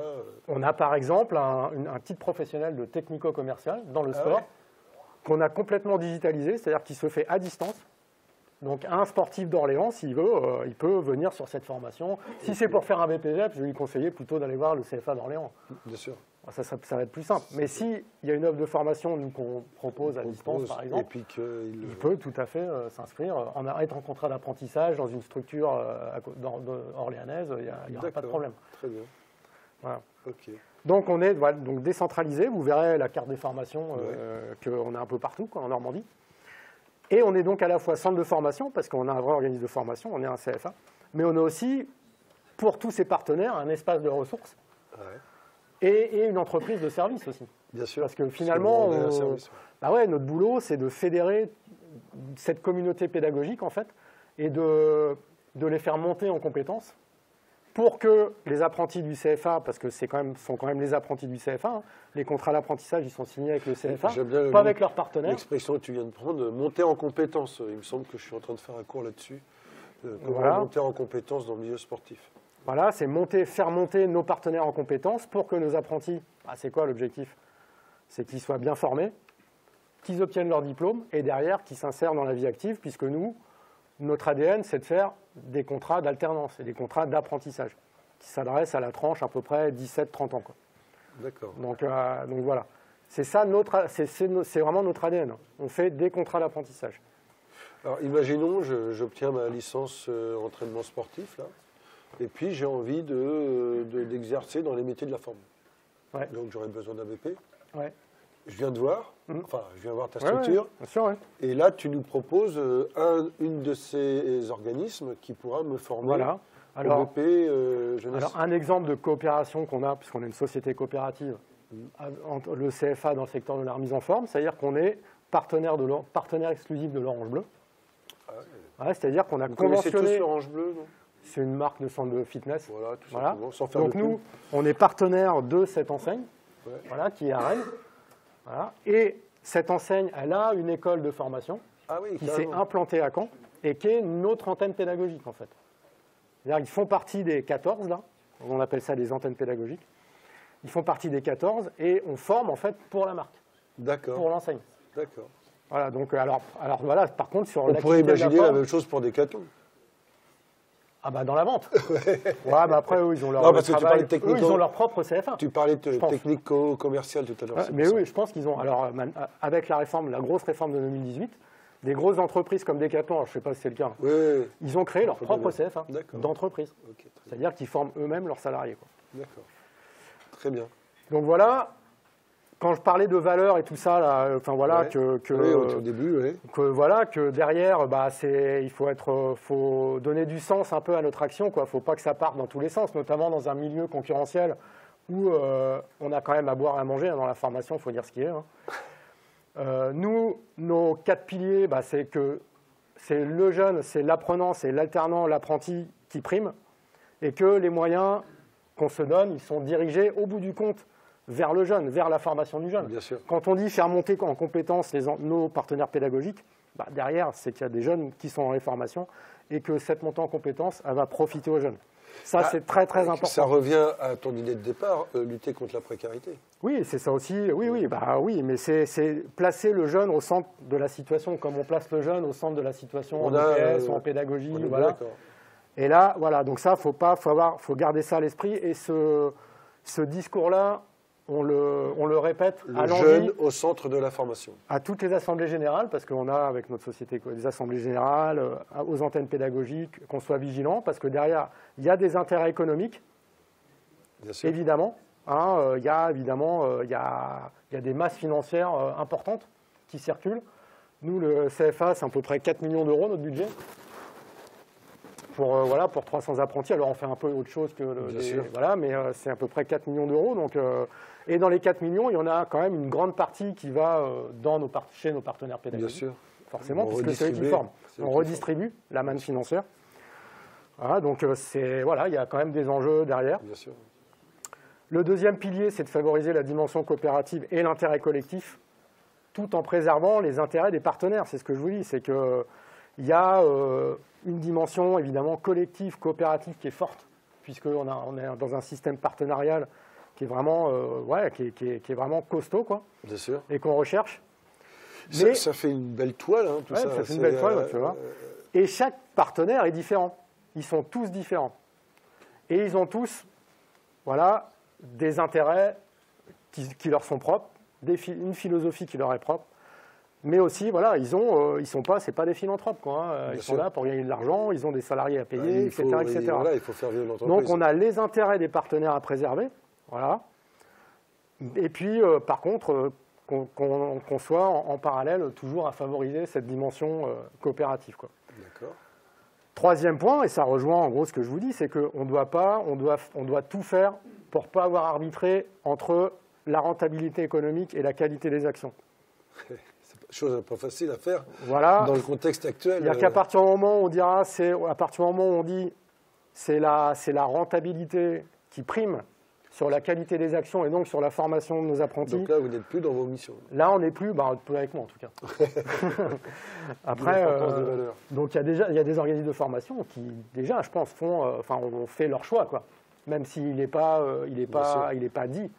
Mais il y a des choix qui sont faits. Après, c'est un choix. Là, c'est drôlement important ce que tu dis, parce que quand même, la qualité de la formation, des actions, je dis de la formation, vous devez pouvoir être en mesure de les repérer en fonction du parcours. Vous êtes en pleine année d'orientation.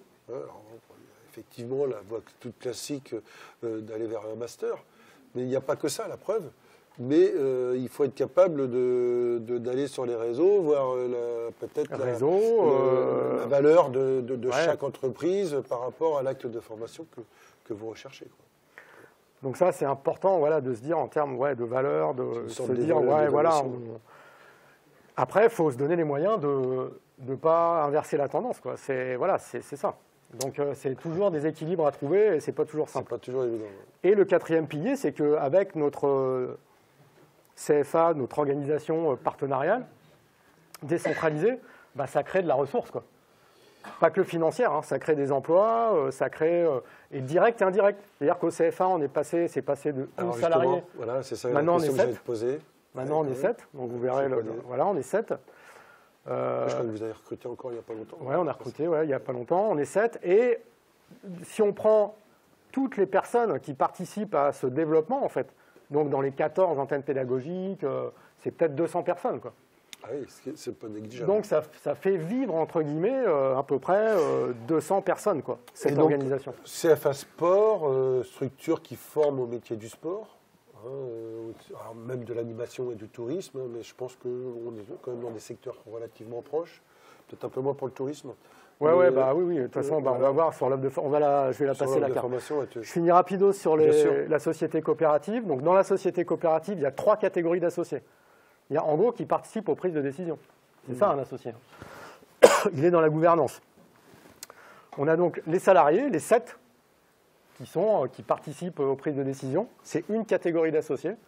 On a nos partenaires pédagogiques, là, nos antennes pédagogiques, là, qui sont dans l'associé. Et on a tout un collège, alors c'est même pas, il y en a plus que ça, hein, j'ai mis quelques exemples, de partenaires et de compétences extérieures qui nous apportent aussi un regard extérieur et des ressources, et des compétences, et une expertise en fonction des sujets.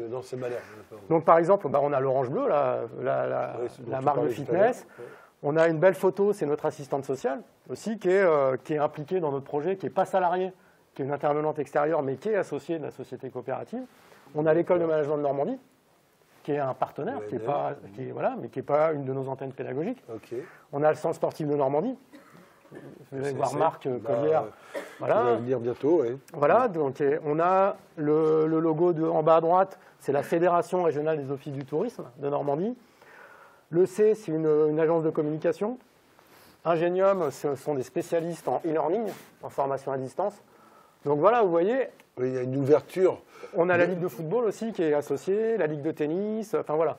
On a une ouverture et c'est ce que permet de faire cette société coopérative. C'est-à-dire d'associer des personnes morales ou physiques qui vont apporter au projet.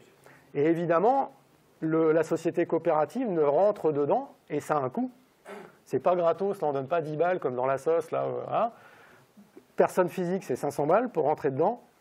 Antenne pédagogique en haut là-bas, 2000. Et partenaire, personne physique 500 et personne morale 1000. Il y a une crédibilité à tenir derrière. Donc en fait, il faut acquérir des parts sociales. Voilà, même si derrière, il n'y a pas de redistribution en fait, des bénéfices parmi les associés, hein, tout est redistribué dans le développement en fait. Bien sûr. Ah, c'est ça, c'est pas, voilà, il y a un système d'actionnariat coopération collective social, c'est de l'actionnariat social en fait. Voilà, et l'intégralité, alors ça c'est l'Assemblée générale qui le décide, l'intégralité des ressources, du résultat comptable est rebasculée dans le développement. D'accord. Donc vous voyez, c'est un... Donc en fait, les partenaires investissent sur la structure en fait. Exactement. C'est un investissement. Ouais, c'est ça. Oui, c'est une participation. Peut-être avoir un retour. C'est le gage. C'est le gage d'une participation active au développement de la structure. C'est-à-dire que là, on n'a plus que des pros. Ouais, je comprends. Alors j'ai pas, voilà, on a là le seul. Alors j'ai rien contre les bénévoles, bien au contraire. Hein. Mais le seul bénévole là de la structure, c'est notre président en fait. Oui. C'est le seul bénévole. Tout le reste, tous ceux qui siègent, là on voit le modèle de gouvernance. Donc il y a une assemblée générale comme dans une assoce. On a les 3 catégories d'associés, salariés, que je vous ai montré, antenne pédagogique, partenaire, qui sont représentés dans le conseil coopératif. Au lieu du conseil d'administration, c'est le conseil coopératif. D'accord. Voilà, donc il y a 3 salariés, 3 antennes pédagogiques, 3 partenaires extérieurs, plus le président. Et on est 10. On est 10 dans la prise de décision, en fait. D'accord. Voilà, donc, autant vous dire que la prise de décision, elle est super agile, on n'a pas besoin de tergiverser hein, pour emmener un projet, ou voilà, enfin, et il y a des professionnels autour de la table, et le président est bénévole. Donc, imaginons une structure comme la Ligue de Normandie de tennis, je sais pas, avec laquelle vous êtes partenaire, vient vous voir et vous dit, voilà, j'ai un tel projet de formation, et vous le validez ou pas? Ah bah valider ou pas, il faut que ça s'inscrive dans le projet stratégique du CFA. Du CFA. Là, toutes ces organisations qui sont, notamment dans les partenaires, même dans les antennes, ils ont un projet qui va bien plus loin, la plupart, que de la formation. Hein. Une ligue, voilà, sur du sportif, bien sûr. sur du développement, sur de la formation. Ouais, les activités paralympiques, enfin, il y a tout ce secteur qui est en pleine évolution également, bien sûr. Mais pour qu'un associé, une organisation ou une personne rentre dans la société coopérative, il ne suffit pas de claquer des doigts, il y a des droits d'entrée. Et ce qu'on vérifie avec le conseil coopératif, c'est l'intérêt que ça va avoir. Il faut qu'il y ait un intérêt partagé. Si l'organisation a un intérêt pour entrer dans le CFA et que le CFA n'a pas d'intérêt à ce que cette organisation rentre, elle ne rentrera pas. Elle va rester à l'extérieur. Et vice-versa, si le CFA a un intérêt à faire rentrer une organisation, mais que l'organisation en question, elle n'est pas forcément intéressée elle ne rentrera pas. Elle ne demandera pas à être intégrée. Il faut qu'il y ait une conjonction d'intérêts. C'est ça le principe. Et vous allez aussi voir des partenaires pour qu'ils rentrent chez vous? Bien sûr, ouais, ça peut arriver. Moi, en fonction des partenariats, que je dise, alors pas les antennes pédagogiques, mais les partenaires extérieurs, là par exemple, on l'a fait avec Ingenium Digital qui travaille avec nous sur des projets de e-learning. On dit, bah ouais, ça serait intéressant que vous soyez dans la société coopérative, vous allez participer au développement des projets. Et puis du coup, si on a, nous, un projet de développement de formation à e-learning, c'est vous qu'on va aller voir. On ne va pas aller voir une autre entreprise, quoi. On va aller vous voir, vous. Bien sûr. Ah oui, donc ça raccourcit. Ça crée une sorte de partenariat. Ça crée des partenariats, voilà. Ça crée des synergies, ça raccourcit les circuits. Bien sûr. Et tu gagnes beaucoup de temps. Et on gagne beaucoup de temps. Donc actuellement, là, il y a 7, 14, 21, 30 associés dans la société coopérative. Tu m'étonnes, il y a un tel budget. Voilà. Eh bien. Donc voilà les missions du CFA. 4 principales missions. Ouais. Voilà. Et donc après, mes missions à moi vont se retrouver là-dedans, en fait. Donc, un facilitateur, gestionnaire, expert du contrat d'apprentissage. On est vraiment expert du contrat d'apprentissage. C'est-à-dire que c'est nous qui gérons tous les contrats avec les employeurs de nos apprentis. Voilà, donc on a un service dédié, un pôle administratif hyper performant là-dessus. Vous n'êtes pas en relation avec excuse-moi, je pose une question peut-être avec l'université, par exemple, parce qu'il y a un CFA de l'université. Oui, donc il n'y a pas de. On a failli travailler avec l'UT. Il y a 2 ou 3 ans, là, sur une promo avec des sportifs. Là. Oui, il y avait des sportifs de haut niveau. Puis ça ne s'est pas fait, mais ça aurait pu. Ça aurait pu. Voilà. C'est en relation avec le SCSN aussi, je pense. Oui, oui. Cette structure. Donc voilà, on est vraiment facilitateurs. C'est-à-dire qu'on accompagne les employeurs dans la mise en place des contrats d'apprentissage. On gère pour eux tout le volet administratif, juridique du contrat d'apprentissage. Donc là, c'est un gros boulot parce qu'on a quand même 300. Puis après, il faut assurer aussi le suivi. Parfois, ça ne se passe pas comme on veut. Il y a des ruptures de contrat. Voilà, et le contrat d'apprentissage spécifiquement sport, ça représente combien dans ta structure? 80%. Ouais, sur les 300. C'est énorme. Ouais, puis ça s'est développé maintenant. Ça veut dire que voilà, j'ai une licence entraînement sportif. Je me retrouver du boulot dans le milieu du sport.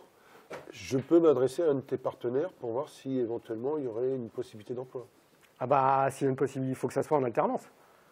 Systématiquement. Ah oui. Un contrat d'apprentissage, c'est obligatoirement, en gros, un emploi, une formation, quoi. C'est la formation qui va permettre de faire le contrat d'apprentissage. C'est-à-dire qu'on a un contrat d'apprentissage à partir du moment où il y a une certification à la clé, quoi. Oui, on n'a pas un contrat d'apprentissage comme un service civique. Je prenais l'exemple du BPGEPS tout à l'heure concernant les métiers de la forme. Je vais voir l'Orange Bleu et je vois dans quelle mesure ils peuvent me former en conséquence. Voilà, et puis... Mais alors, par contre, l'Orange Bleu m'emploie après ou pas? Alors, si on va voir l'Orange Bleu, notre antenne pédagogique, c'est-à-dire l'organisme de formation, c'est ça. Avec eux, comme on travaille aussi avec l'entreprise, la marque l'Orange Bleu, ils ont une liste faite d'emplois qui sont vacants. Et on va faire du placement même de jeunes. C'est-à-dire qu'on va avoir 15 emplois. Là, ma question. Tu vois, ma question, c'est ça.